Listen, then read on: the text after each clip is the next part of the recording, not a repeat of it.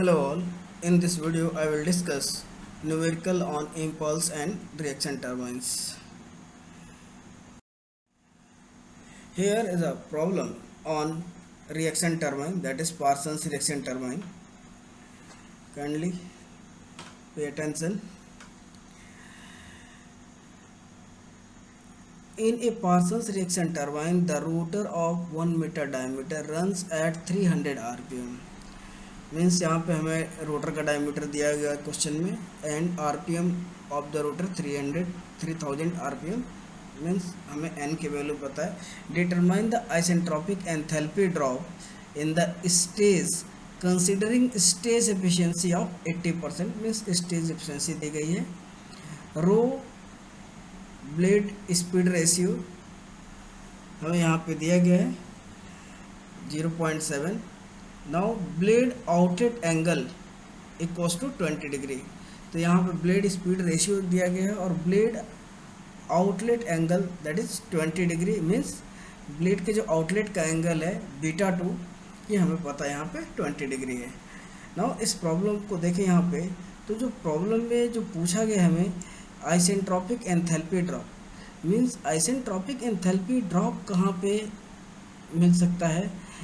ये जो डेटा हमें यहाँ पे दिए गए हैं, तो यहाँ पे देखिए स्टेज एफिशिएंसी में दिया गया 80%. मीन्स स्टेज एफिशिएंसी के फार्मूले में हमें पता है कि वहाँ पे एंथैल्पी ड्रॉप आता है. तो यहाँ पे देखें we know that stage efficiency equals to actual enthalpy drop upon isentropic enthalpy drop. Actual enthalpy drop is work done in a stage per second upon enthalpy drop per second. यहाँ पे यदि इन दोनों के वैल्यूज पुटअप करें तो मास flow rate into CW1 plus CW2 into you upon mass flow rate into H1 minus S2. तो यहाँ पे H1 minus S2 enthalpy drop पूछा जाए तो यहाँ पे देखिए इस फार्मूले में मास फ्लो रेट हमारा कैंसिल हो जाएगा और यहाँ पे मास फ्लो रेट की वैल्यू दी भी नहीं गई है, तो यहाँ पे इसकी कोई रिक्वायरमेंट नहीं है. मास फ्लो रेट यहाँ से कैंसिल आउट हो गया. मीन्स यहाँ पे यदि हम यहाँ पे देखें तो स्टेज एफिशिएंसी इसकी वैल्यू 80% दी गई है. तो यदि ये 80% है तो CW1 प्लस CW2 ये मैग्नीट्यूड की कैलकुलेट कर लें हम और U कैलकुलेट कर लें तो हमारा प्रॉब्लम सॉल्व हो जाएगा. मीन्स यहाँ पे यदि वेलोसिटी डायग्राम से CW1 plus CW2 and U हमें तीन क्वांटिटीज़ कैलकुलेशन करना है. देन ये कैलकुलेट करके यदि इस फार्मूले स्टेज एफिशिएंसी के फार्मूले में पुटअप कर दें तो हमारा एंथैल्पी ड्रॉप मिल जाएगा. तो यहाँ पे देखें आप rho equals to 0.7. Blade speed ratio हमको वैल्यू दी गई है हमारी 0.7. Means rho equals to U by means velocity blade velocity upon absolute velocity of steam C1 this equals to 0.7. हमें ये पता है stage efficiency 0.8 beta 2 equals to 20 degree. We know that U equals to R into omega or pi d n by 60 means U equals to pi d हमें पता है, यहाँ पे n पता है तो d और n के हेल्प से हम U निकाल सकते हैं. तो U equals to जो वैल्यू पुटअप करने के बाद कैलकुलेट करेंगे तो आएगी आपकी 157.08 मीटर पर सेकेंड. नाउ यहाँ से इस फार्मूले में ब्लेड स्पीड वाले फार्मूले में यदि रो की वैल्यू हम 0.7 पुटअप कर दें तो हमारा C1 यहाँ से निकल के आ जाएगा आपका 224.4 मीटर पर सेकेंड. नाउ इन दोनों की हेल्प से हमें बीटा पता है तो हम वेलोसिटी ट्रायंगल ड्रॉ कर सकते हैं. तो नाउ वेलोसिटी ट्रायंगल ड्रॉ करने से पहले पार्सन्स रिएक्शन टरबाइन की जो कंडीशन होती है उसे हम ध्यान रखें. यहाँ पार्सन्स रिएक्शन टरबाइन में α1 equals to beta 2 and beta 1 equals to α2 होता है. हमने यहाँ पे स्केल लिया 1 सेंटीमीटर इक्वल्स टू 50 मीटर पर सेकेंड. इस स्केल के बिहाफ पे हमने एक लाइन ड्रॉ किया जिसकी वैल्यू है U, जो वैल्यू अभी हमने कैलकुलेट किया था ब्लेड की वेलोसिटी 157.08 मीटर. इसको हमने स्केल में कन्वर्ट कर लिया और AB लाइन एक ड्रॉ की. नाउ पॉइंट A से हमें पता है कि बीटा 2 हमें दिया गया क्वेश्चन में ब्लेड के एग्जिट का एंगल, तो बीटा 2 इक्वल टू 20 डिग्री तो α1 के इक्वल होगा पार्सन्स रिएक्शन टरबाइन में. तो α1 20 डिग्री लेके हमने C1 की जो वैल्यू दी गई कैलकुलेट किया था हम लोगों ने 224.4 मीटर पर सेकेंड. इसको स्केल में कन्वर्ट करेंगे और देन जो लेंथ आ रही उस लेंथ की वैल्यू हम यहाँ पे ड्रॉ कर लें. नाउ पॉइंट डी से यदि हम V को ज्वाइन करें तो हमें CR1 मिल जाएगा। CR1 हम मेजर कर सकते हैं। Now by the measurement we get 95 metre पर सेकेंड वैल्यू। मीन्स स्केल से जो वैल्यू जितने सेंटीमीटर आएगी उसको कन्वर्ट करेंगे आप, तो CR1 की जो वैल्यू आ रही है 95 मीटर पर सेकेंड आ रही है। नाउ इसका जो एंगल है इसको आप मेजर करेंगे तो वैल्यू हो जाएगी आपको β1 की। नाउ C2 ड्रॉ करें आप, तो C2 के लिए जो एंगल होगा आपको पता है कि β1 इक्वल टू α2 होता है। यहाँ पे मीन्स जो 56 डिग्री एंगल है उस एंगल पे आप एक C2 absolute velocity of steam at exit आप ड्रॉ कर सकते हैं C2।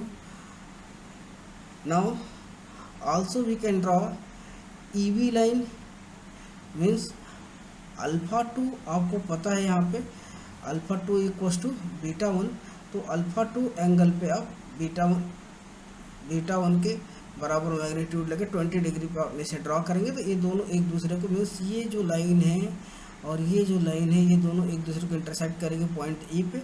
उस पॉइंट को आप मार्क कर लें। मीन्स वेलोसिटी डायग्राम यदि आपका कंप्लीट हो जाए तो यहाँ से आप वर्ल कंपोनेंट डेल्टा CW आप मेजर कर सकते हैं। By the measurement we get 260 metre पर सेकेंड, मीन्स 5.2 सेंटीमीटर लेंथ आ रही थी स्केल में। नाउ इसको कन्वर्ट करें, जो स्केल हमने लिया था उसके अकॉर्डिंग इसकी वैल्यू आ रही है 260 मीटर पर सेकेंड। तो वी नो दैट, अभी फार्मूला आपने देखा था प्रीवियस स्लाइड में, work done equals to U into CW1 plus CW2 या delta CW। Now per KG of steam के लिए आपने वर्क डन निकाल लिया, दैट इक्वल्स टू वैल्यू दोनों को पुटअप करें तो 40840.8 जूल पर केजी। ना स्टेज एफिशिएंसी का फार्मूला हमें पता है 0.8, then we get 40840.8 upon change in enthalpy delta H, mass flow rate दोनों कैंसिल आउट हो गया तो यहाँ से चेंज इन एंथैल्पी की वैल्यू मिल गई। This is our answer. See this problem.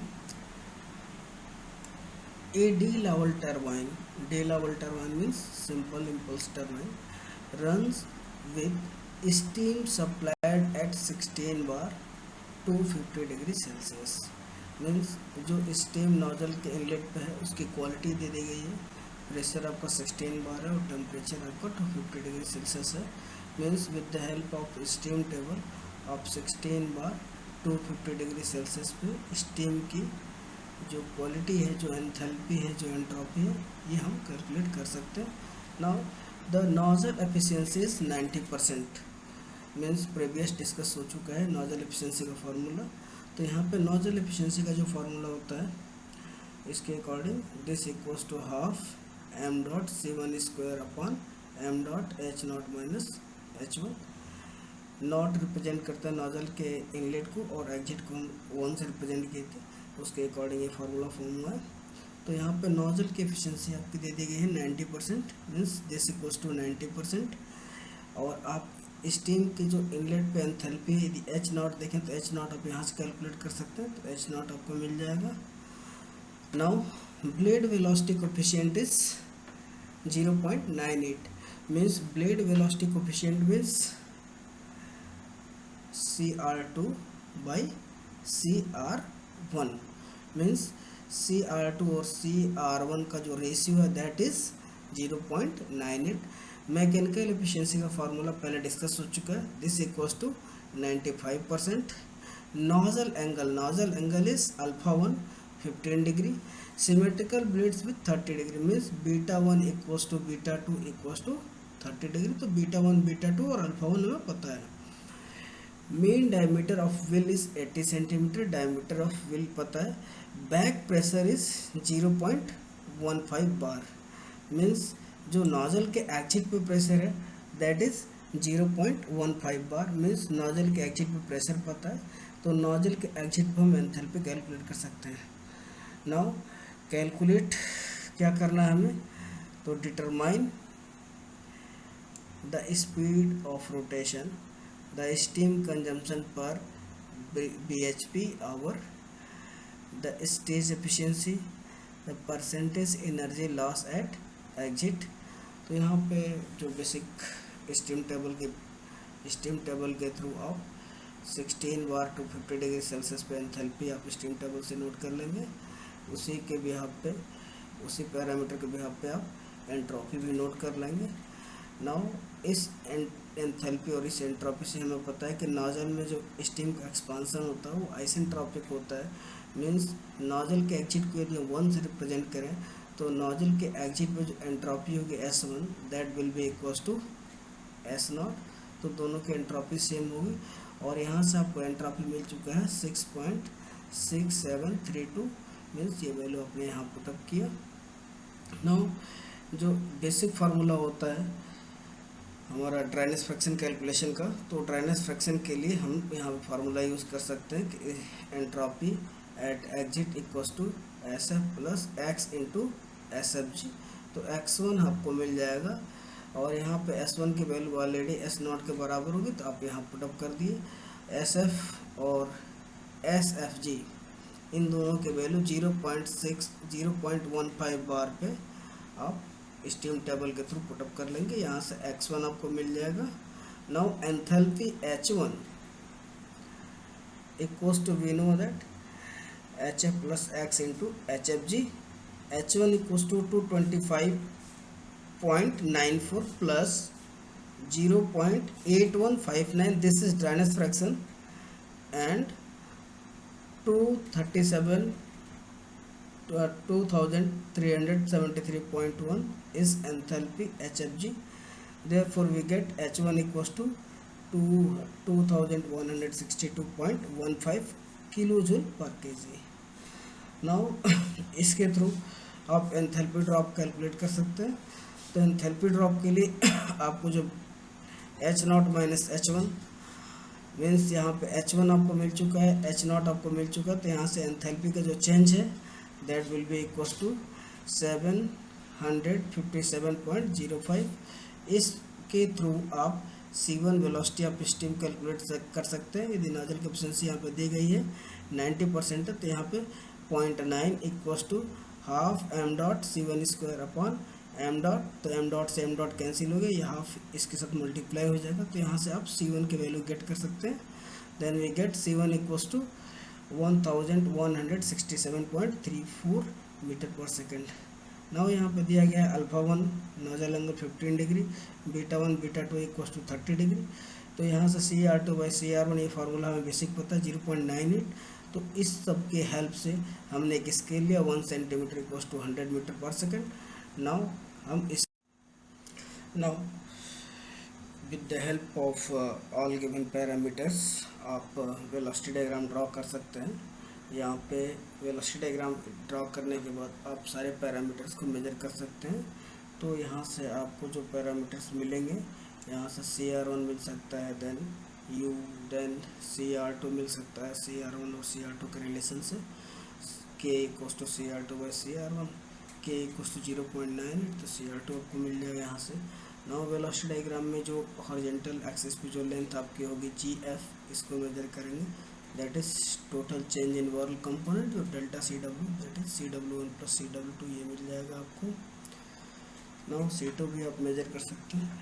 Now we know that कि U इक्वल्स टू πdN/60, या फिर N को RPS में ले लें, रेवोल्यूशन पर सेकंड में ले लें, और डायमीटर को आप रेडियस के टर्म में कर सकते हैं D इक्वल्स टू 2R। तो चाहे जो फार्मूला यूज़ करें, U इक्वल्स टू πdN/60 से आप डायरेक्ट N की वैल्यू निकाल सकते हैं।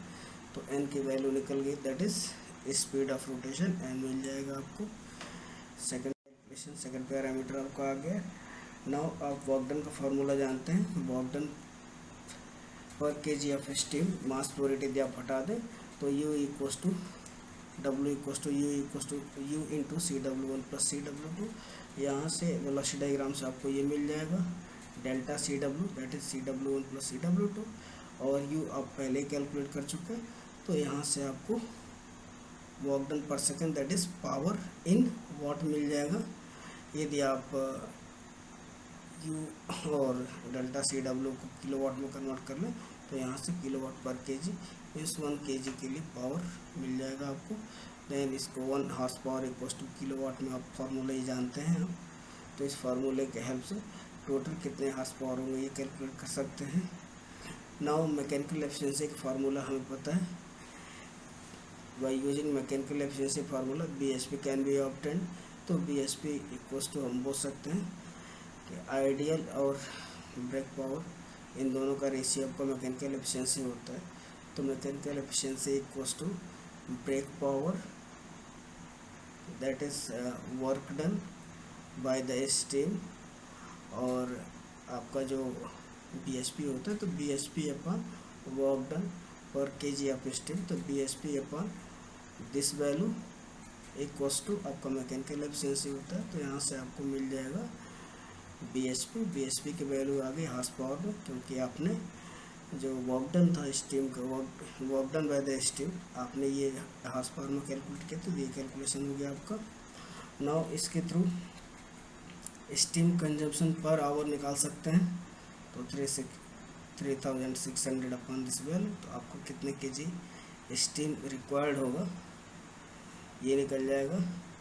नाउ स्टेज एफिशिएंसी का बेसिक फार्मूला पहले भी डिस्कस हो चुका, तो इस फार्मूले को लगा आप स्टेज एफिशिएंसी कैलकुलेट कर सकते हैं। नाउ